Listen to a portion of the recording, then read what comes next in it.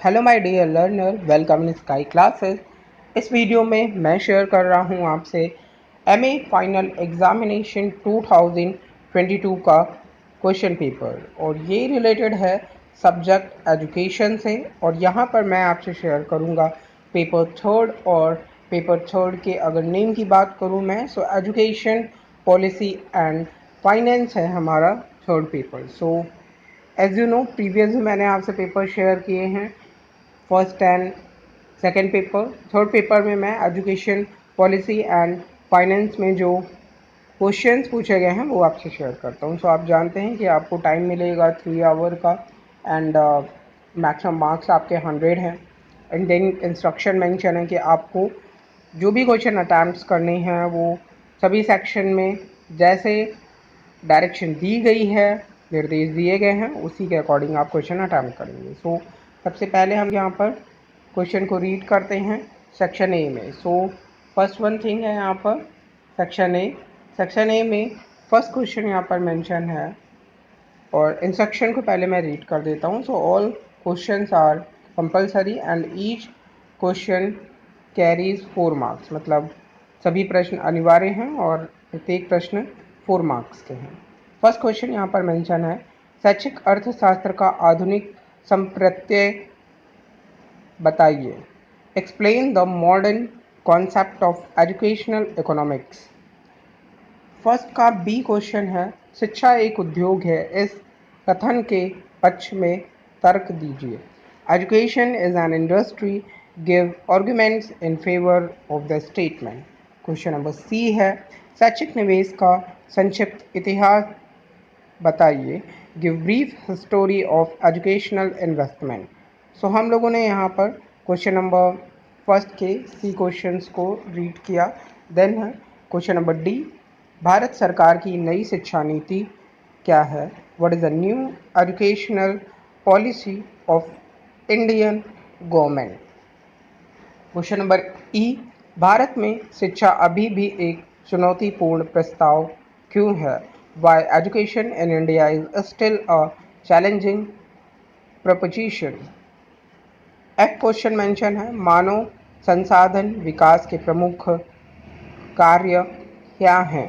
What are the main functions of human resource development? Then here G is, शिक्षा में NIIT की भूमिका का वर्णन कीजिए। Describe the role of NIIT in education. Question number H is, UGC से आप क्या समझते हैं? What do you understand by UGC? Question number I is, शिक्षा के वित्त प्रबंधन में केंद्र और राज्य की भूमिका। Role of centre and state in finance management of education. Next question and last question from the section first, from the section A is J, मानव संसाधन विकास को प्रभावित करने वाले कारक, factors affecting human resource development. So इस तरीके से हम लोगों ने सेक्शन ए के जे तक जो भी हमारे क्वेश्चन थे उसे रीड किया। देन आते हैं हम लोग यहाँ पर सेक्शन बी में। सेक्शन बी की बात करते हैं तो यहाँ पर जो भी क्वेश्चन मेंशन है वो है long answer type question. And ये क्वेश्चन आपको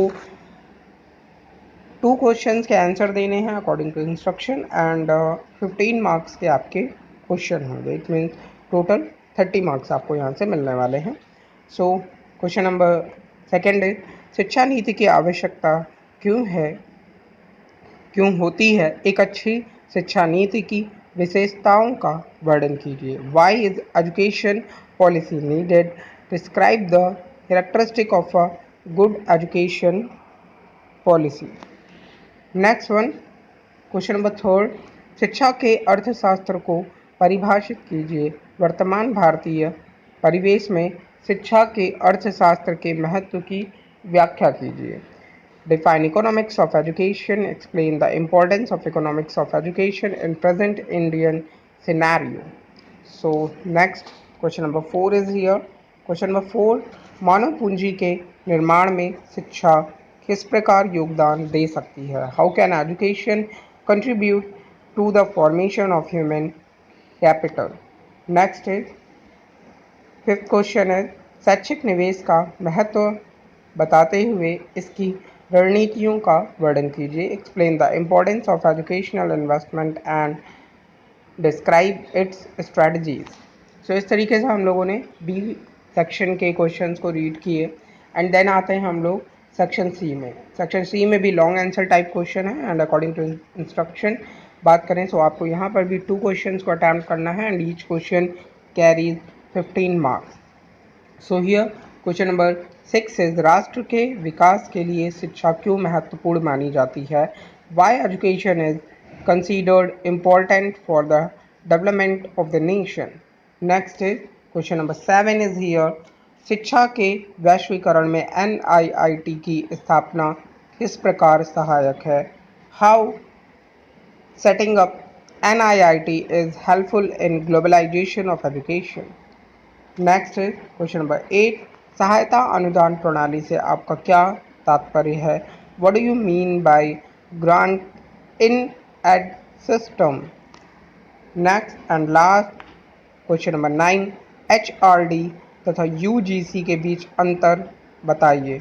differentiate between HRD and UGC। तो इस तरीके से मैंने यहाँ पर आपसे शेयर किए MA एजुकेशन के थर्ड पेपर से रिलेटेड जो भी क्वेश्चंस थे एंड आई थिंक ये हेल्पफुल भी रहे होंगे। अगर आपका एग्ज़ाम होने वाला है तो आप प्रीवियस ईयर पेपर के अकॉर्डिंग अपनी प्रिपरेशन कर सकते हैं। सो MA एजुकेशन के paper third educational policy and finance के क्वेश्चन मैंने आपसे शेयर किए। Thank you.